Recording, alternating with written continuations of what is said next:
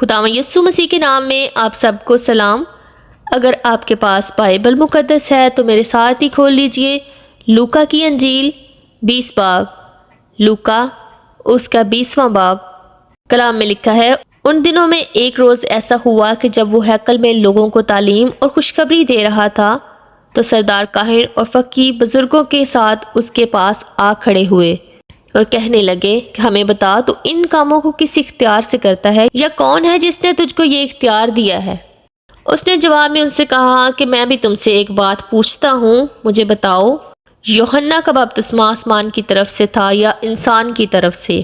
انہوں نے آپس میں کہا کہ اگر ہم کہیں آسمان کی طرف سے تو وہ کہے گا تم نے کیوں اس کا یقین نہ کیا، اور اگر کہیں انسان کی طرف سے تو سب لوگ ہم کو سنسار کریں گے، کیونکہ انہیں یقین ہے کہ یوحنا نبی تھا۔ پس انہوں نے جواب دیا، ہم نہیں جانتے کہ کس کی طرف سے تھا۔ یسوع نے ان سے کہا، میں بھی تمہیں نہیں بتاتا کہ ان کاموں کو کس اختیار سے کرتا ہوں۔ پھر اس نے لوگوں سے یہ تمثیل کہنی شروع کی کہ ایک شخص نے طاقستان لگا کر باغبانوں کو ٹھیکے پر دیا اور ایک بڑی مدت کے لیے پردیس چلا گیا، اور پھل کے موسم پر اس نے ایک نوکر باغبانوں کے پاس بھیجا تاکہ وہ طاقستان کے پھل کا حصہ اسے دیں، لیکن باغبانوں نے اس کو پیٹ کر خالی ہاتھ لوٹا دیا۔